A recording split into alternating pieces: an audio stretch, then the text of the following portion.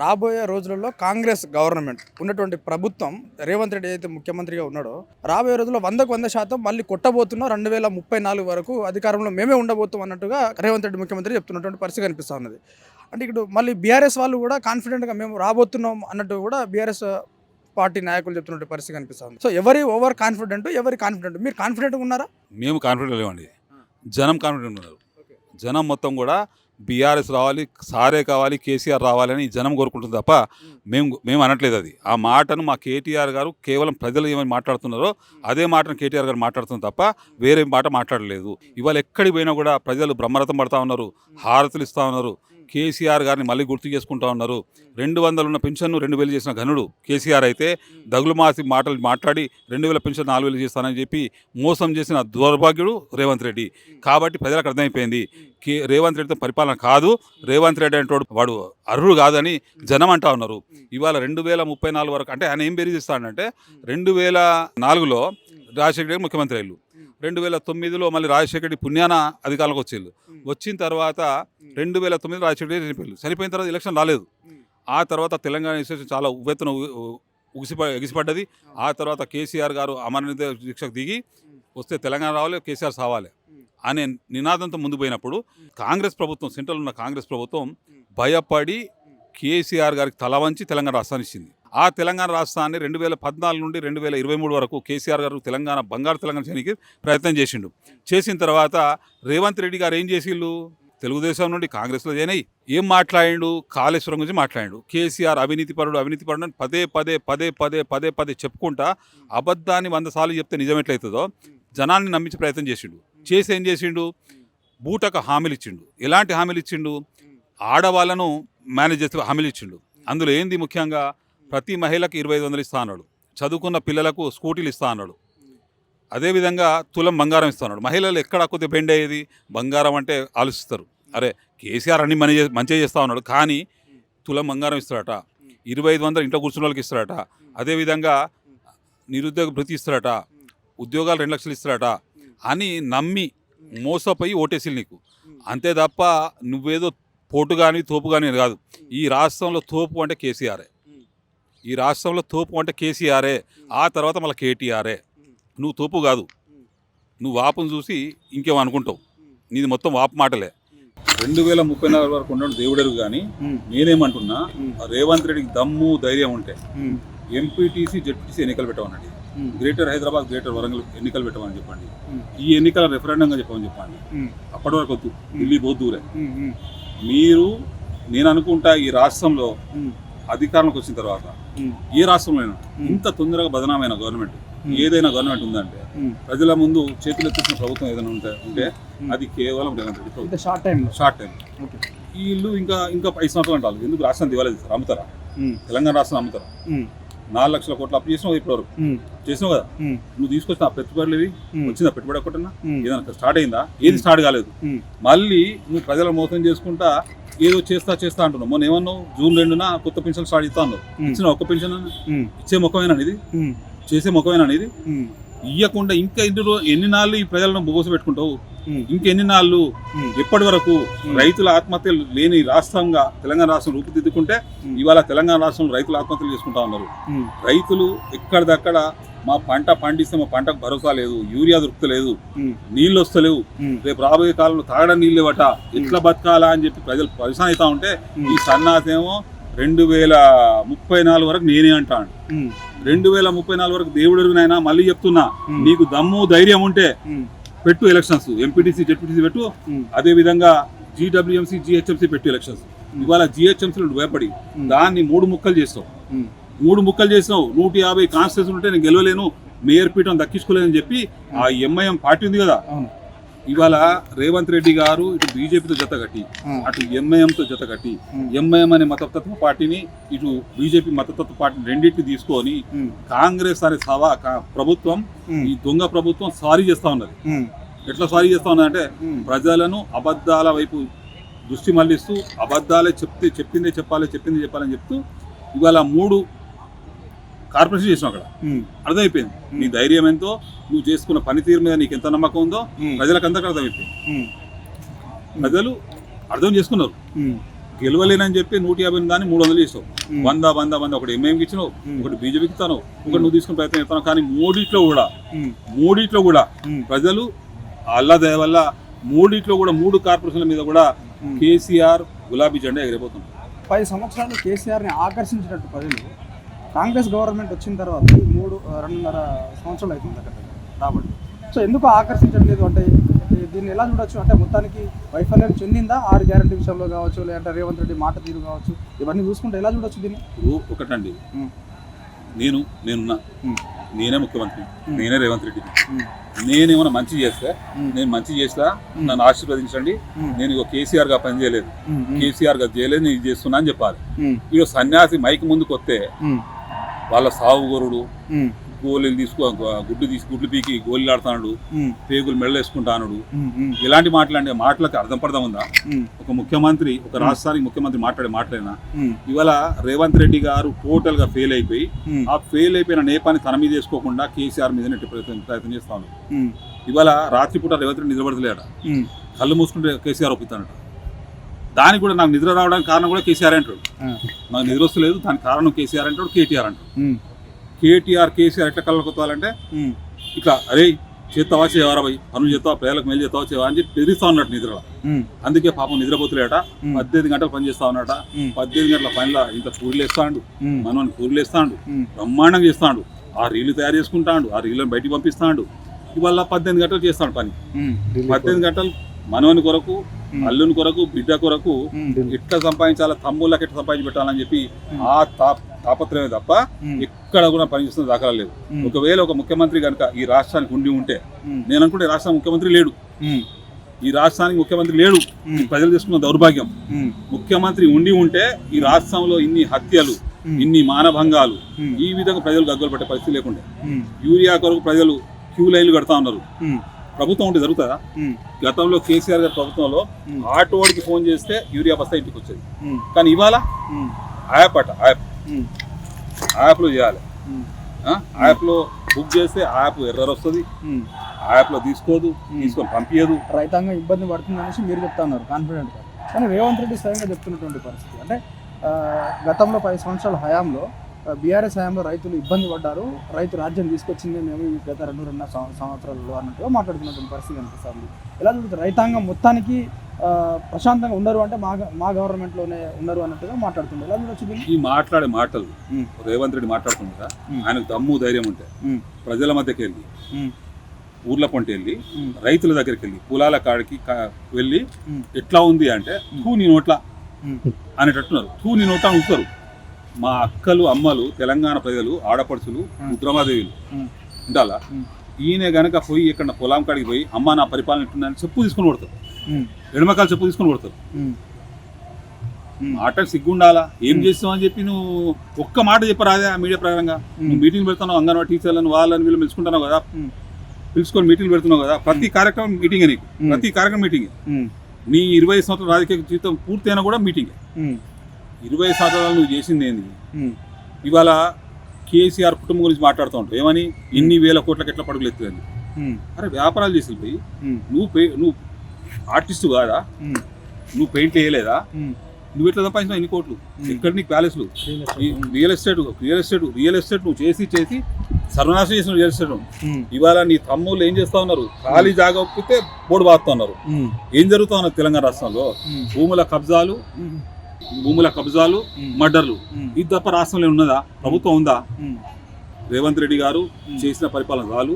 నీకు నిజంగా 2034 వరకు నువ్వు ఉంటా అనుకుంటే ఒక్క ఇద్దరు ఎమ్మెల్యేలు రాజీనామా చేసి చేయించి రెఫరెండం మనం గెలిపించుకోగలుగుతావా?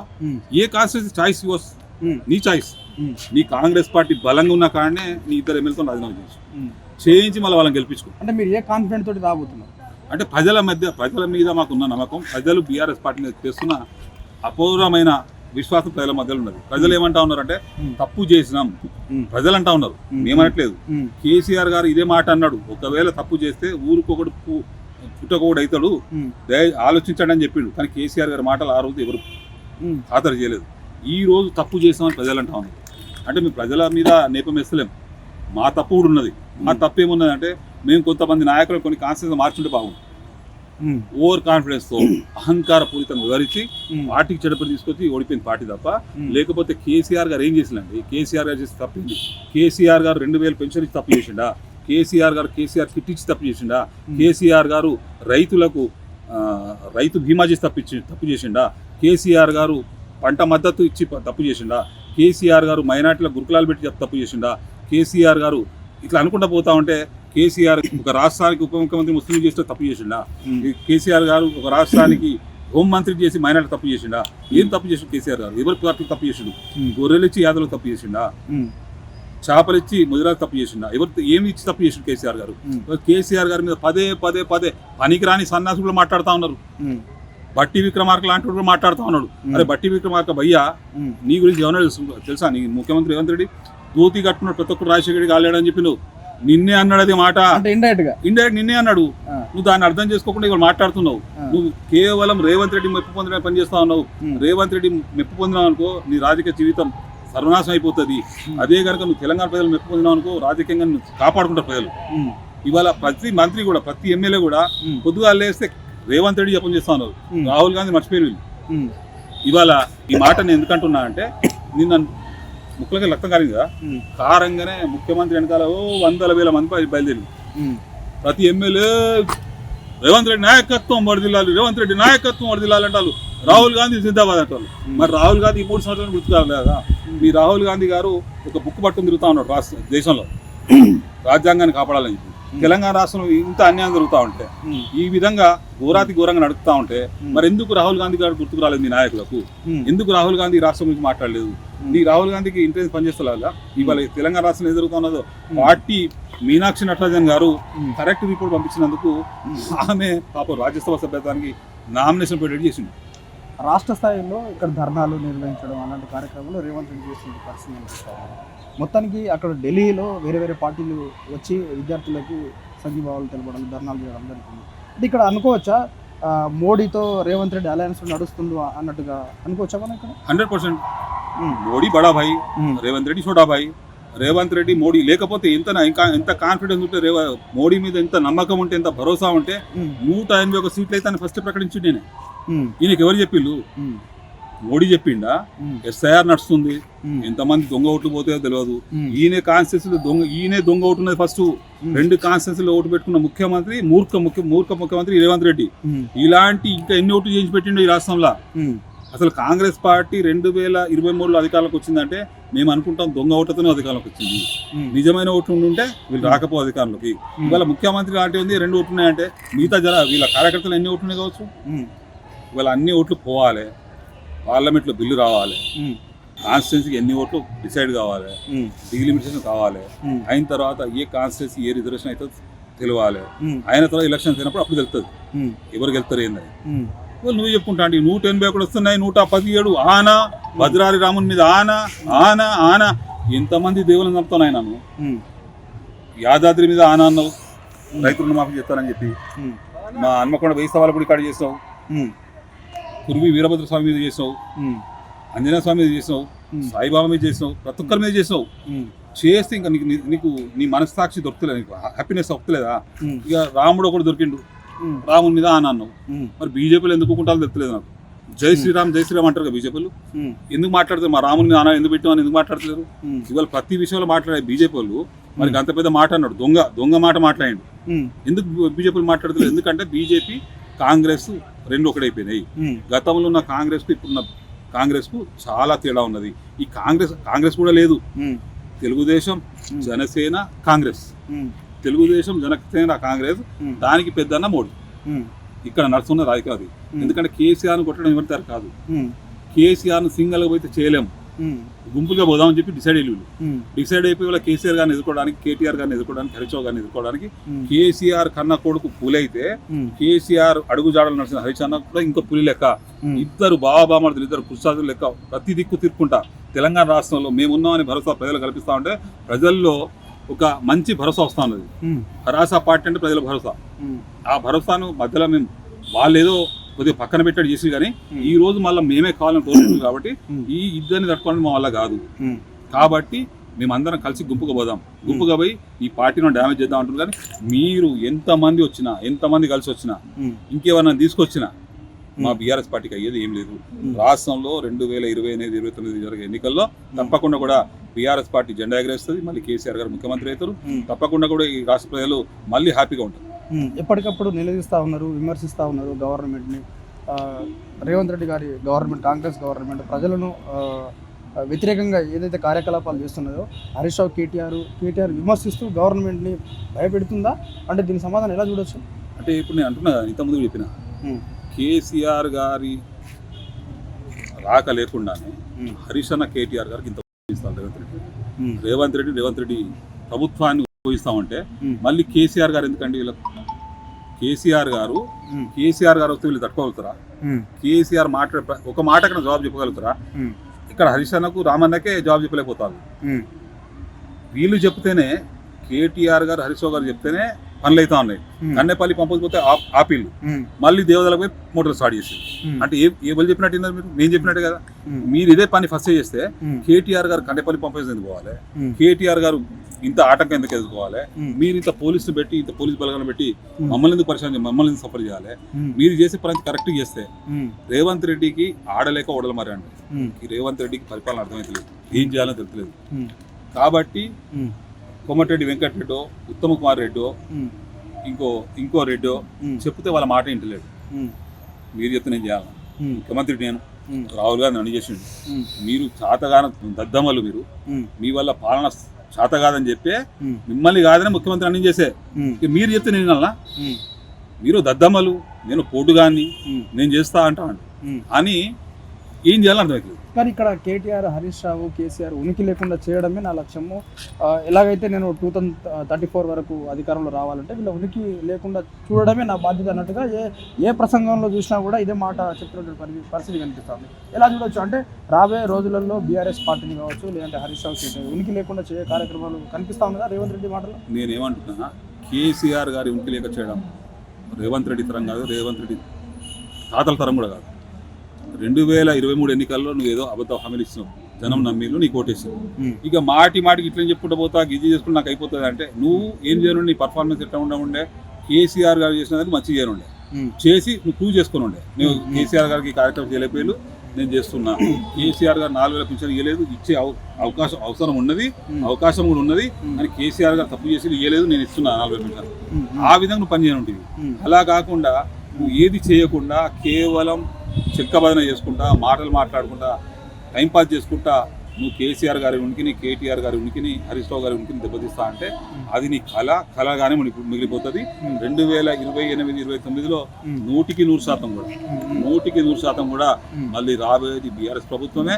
ప్రజలకు కావాల్సింది కూడా అదే. అది ఒకవేళ కనుక తప్పు ఏదైనా జరిగిందనుకోండి, రేపు రైతు ఆత్మహత్యలు ఉండయి, సామాన్య ప్రజలకు ఆత్మహత్యలు ఉంటాయి. రేవంత్ రెడ్డి పరిపాలనలో గుండాయుధం పెరిగిపోయిందండి.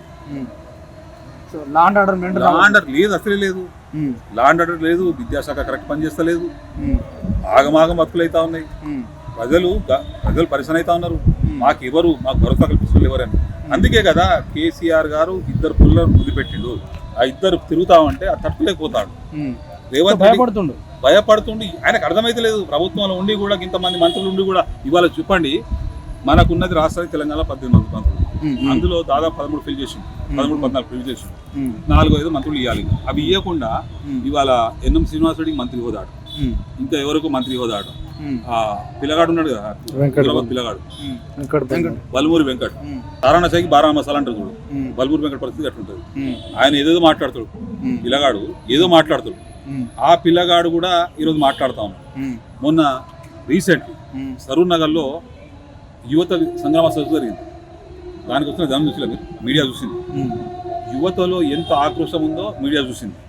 వాడు ఫైమ్ కురేసి అని ఉంటాడు, వాడు ట్వీట్ చేస్తాడు ఏమని, సరూర్ నగర్ సభ ఫెయిల్, అందుకే హరీష్ రావు గారు సభకు పోలేదు. అరే పిచ్చోడా, అరే దద్దమ్మ, ఒక కేటీఆర్ని తట్టుకోలేకపోతారా మీరు? ఒక మీటింగ్ పెట్టి కేటీఆర్ మాట్లాడి తట్టుకోలేకపోతారు. కృష్ణుడు అర్జునుడు ఒక స్టేజ్ మీద ఉండి మాట్లాడితే మీరేం తట్టుకుంటారు భయ్? జనం ఆగర్రా భయ్. యూత్ దగ్గర హరీష్ అన్న, రామన్న ఇద్దరు వచ్చి మాట్లాడలేనుకోరి తలవాళ్ళు పట్టుకుని బయలుదేరుతారు మిమ్మల్ని చంపడానికి. మీరు చేస్తున్న ఏదో పరిస్థితి ఉందో, మీరే ఆగపత్రం చేస్తున్నారు విద్యార్థులై. వాళ్ళిద్దరు మాట్లాడాలి అనుకోండి, రామన్న సముదాయించి మాట్లాడుతుండవు, హరిశాన సముదాయించి మాట్లాడుతారు, కానీ ఇద్దరు కలిసి మాట్లాడాలి అనుకోండి అట్టం బాంబులకు వెళ్తే ఆ అట్టం బాంబు కనుక విద్యార్థుల గుండెలో గుచ్చుకున్నాయి అనుకోండి మిమ్మల్ని ఉరికి చురుకు చూడతారు. అందుకే ఇద్దరు కలిసి ఒక స్టేజ్ షేర్ చేస్తలేరు, మీరు అర్థం చేసుకుంటారు. మీరు హరిశానను కేటీఆర్ను వేరు చేయడానికి విడదీయడానికి వందల వేల కుట్రలు పడుతూ ఉన్నారు, కానీ మీరు ఎన్ని కుట్రలు పడినా కూడా వాళ్ళిద్దరు కూడా కేసీఆర్ సైన్యం, కేసీఆర్ తయారు చేసిన సైన్యం కాబట్టి వాళ్ళు ఎవ్వరు కూడా పోరు. కేసీఆర్ సైన్యం ఒక కమిట్మెంట్తో ఉంటుంది. కేసీఆర్ సైన్యం మాట ఇస్తే మాట నిలబడుతుంది. కేసీఆర్ హామీలు ఇచ్చి మర్చిటోడు కాదు, హామీలు ఇవ్వకుండానే ఆయన చేసాడు కేసీఆర్. ఇవాళ వందల హామీలు ఇచ్చి ఎగనామం పెట్టినాడు రేవంత్ రెడ్డి. కేసీఆర్ను రేవంత్ రెడ్డి ఇక్కడ బేరీ చేయలేం. ఇవాళ మీ పరిపాలన మీద మీకు నమ్మకం ఉంటే నేను అంటున్నా, నేను మళ్ళీ అంటున్నా, ఒక ఇద్దరు ఎమ్మెల్యేలతో మీ ఇష్టం రాజీనామా చేయించు, మీరు గెలిపించుకోరు. మీ వల్ల అయితే చూద్దాం 2034 మీదే, మీ వల్ల అయితే మీరు రాజీనామా చేయించలేదు. ఉప ఎన్నికల్లో లాస్ట్ టైం హైదరాబాద్ ఓడిపోయారు కదా, మీరు అంటే కాన్ఫిడెంట్ ఎక్కడ కనిపిస్తుంది? అయితే అక్కడ ఆ జుబ్లీహిల్స్ ఉప ఎన్నికల్లో నేను అక్కడ ఇన్ఛార్జ్ పనిచేస్తాను. నేను చూసింది ఏంది అక్కడ రహమత్ నగర్ ఒక ఇలాకా నేను ఇన్ఛార్జ్. అక్కడ చిన్న పిల్లలండి, ముస్లిం పిల్లలను ఎంఎం ఉంది కదా, ఎంఎం పార్టీ, హిందువులేమో ఓటు వేయడానికి పోతే అక్కడ ఉన్న ఏజెంట్ గుర్తుపట్టి ఈయన ఫలానా రాజ్ కుమార్ కాదు, ఈయన అనిల్ కుమార్ అని చెప్తారు. ఈ ముస్లిం బుర్కాలను అడ్డుపెట్టుకొని, ముస్లిం ఓట్లను అడ్డుపెట్టుకొని అక్కడ బుర్కాలు వేయించి నేను లైవ్ చూసిందండి. 11-12 ఏళ్ళ పాప కూడా బుర్కా వేసుకొని వచ్చింది. అరే క్యామ్మ నేను ఫలానా భేజామారు, అరే ఒంగోట్లు నడుస్తున్నాయి సార్ అని చెప్పి అక్కడ లోకల్ కాదు, చార్మినార్ ఓల్డ్ సీట్ నుండి పోతారు, ఓల్డ్ సీట్ నుండి వచ్చి ఓట్లు వేసింది ఇక్కడ. అంటే పక్క రిగ్గింగ్ జరిగింది. లేకపోతే నవీన్ యాదవ్ గెలిచుడైంది అక్కడ, నవీన్ యాదవ్ గెలిచుడైంది. కేటీఆర్ ప్రతి సభ కూడా గ్రాండ్ సక్సెస్ అక్కడ, రేవంత్ రెడ్డి ఇచ్చిన ప్రతి సభ కూడా ఫెయిల్యూర్. మీడియా చూసింది కదా, వాళ్ళు కేవలం దొంగ ఓట్ల మీద ఒక జుబ్లీహిల్స్ ఎన్నిక గెలిచి దెబ్బలు సరుకుంటారు కదా. మీరు దమ్ము ధరేమంటే హైదరాబాద్ పెట్టండి, 2 ఉప ఎన్నికలు హైదరాబాద్ లో పెట్టండి. హైదరాబాద్ మీద అంత నమ్మకం, ఎంఐ మీద నమ్మకం ఉంది కదా. ఇప్పుడు ఎస్ఆర్ జరుగుతా ఉన్నది, దొంగ ఓట్లు మొత్తం పోతా ఉన్నాయి. ఎస్ఆర్ అయిపోయిన తర్వాత 2 ఉప ఎన్నికలు పెట్టండి, మీరు గెలుస్తారా చూడండి, గెలవలేరు. ప్రజలు నేను అంటున్నా కదా అండి, అంటే నేను లోకల్గా తిరుగుతున్నా కాబట్టి అంటున్నా, ప్రజలు ఉంచుతారండి. ఒక రైతు దగ్గర పోయి అడిగినా, ఒక సామాన్య ప్రజానికం దగ్గర పోయి అడిగినా ఉంచుతుండ్రు, గాండ్రించి చూస్తున్నారు రేవంత్ రెడ్డి మీద, రేవంత్ రెడ్డి ప్రభుత్వం మీద. ఎట్టి పరిస్థితుల్లో కూడా బీఆర్ఎస్ కాంగ్రెస్